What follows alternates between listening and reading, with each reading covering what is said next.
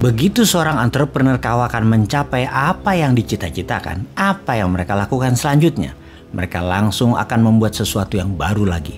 Begitu target tercapai, target yang lebih tinggi dipasang. Seakan tidak pernah berimbang, selalu menciptakan ketidakseimbangan. Karena di sanalah kehidupannya berputar dinamis. Jika Anda berdampingan dengan seorang entrepreneur kawakan, ide-idenya mengalir terus karena itulah darahnya.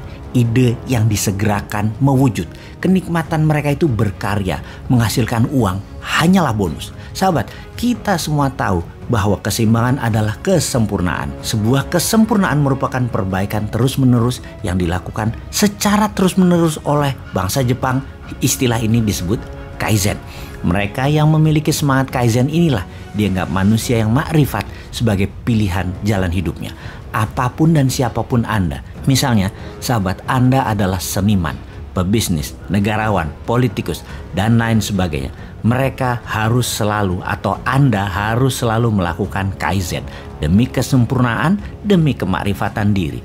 Seorang manusia terbaik, contoh seorang golfer namanya Tiger Woods memiliki semangat ini.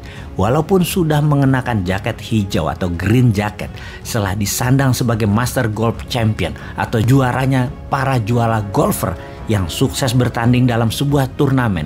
Suatu hari, sesaat setelah menjuarai turnamen tersebut di pertandingan antar master pada usia 19 tahun, Tiger Woods berkata pada pelatihnya, "I think I need to perfect my stroke," atau saya harus menyempurnakan stroke swing golf saya. Kayaknya masih jauh dari sempurna. Bayangkan, seorang dengan predikat juara, seorang master, seorang juara dunia antar master berkata begitu.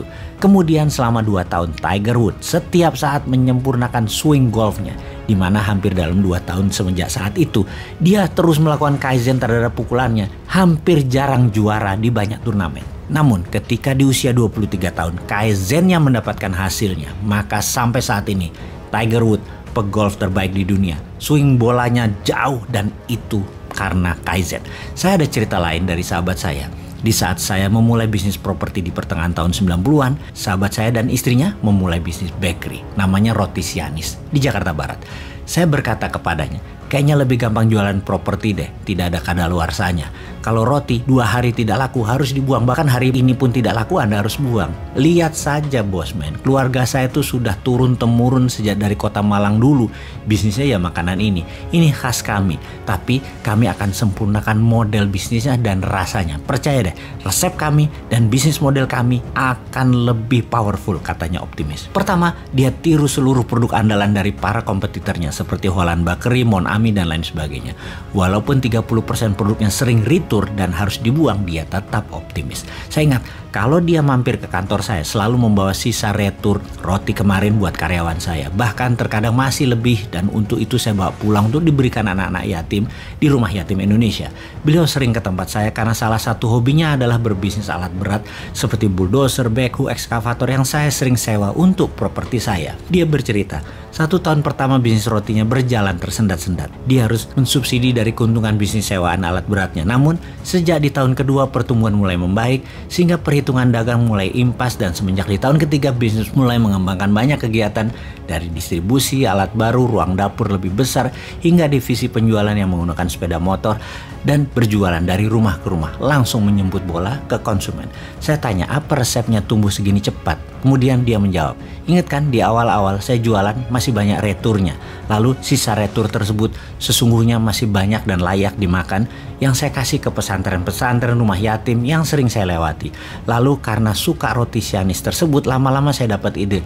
Saya ajak anak-anak yatim pengangguran dekat rumah yang di atas 17 tahun, saya buatkan SIM. Syaratnya gampang, dia bisa naik motor untuk menjadi penjual. Motor saya belikan DP-nya saja, dimana kalau motor lunas, motor tersebut saya berikan kepada mereka. Tapi belum lunas, masih pakai nama saya selama belum lunas. Tiap bulan mereka nyicil dari pendapatan mereka. Saya kasih 30% komisi dari setiap penjualan. Ternyata mereka bekerja keras. Satu hari rata-rata bisa 2 kali bolak-balik ke pabrik roti. Angka 300 ribuan jualan per hari standar itu mah, katanya bangga. Kenapa anak yatim dan mantan preman? Saya tanya lagi.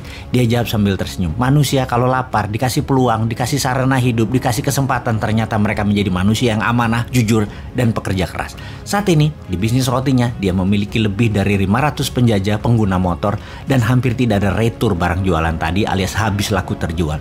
Semuanya dari anak yatim dan preman-preman sekitar tempat tinggalnya di Jakarta Barat. Setelah 20 tahunan lebih, dia menyempurnakan banyak hal dalam usahanya, mulai dari strategi penjualan, memodernisasi pabrik roti, kemasan, inovasi produk yang paling nikmat, hingga ke outlet-outlet. Favorit saya, roti tuna pedas. Omsetnya semakin menggila dan tumbuh bisnisnya luar biasa. Sementara di sisi lain, bisnis properti saya mengalami keadaan turun naik sangat berat seperti dalam keadaan 6 tahun ini.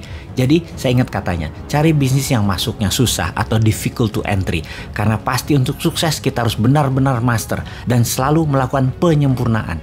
Jangan masuk bisnis yang mudah dimasuki atau easy entry, karena kompetitor setiap saat bisa masuk baik dari pelanggan ataupun karyawan kita sendiri, dan karena mudah, hal itu membuat kita sering lalai.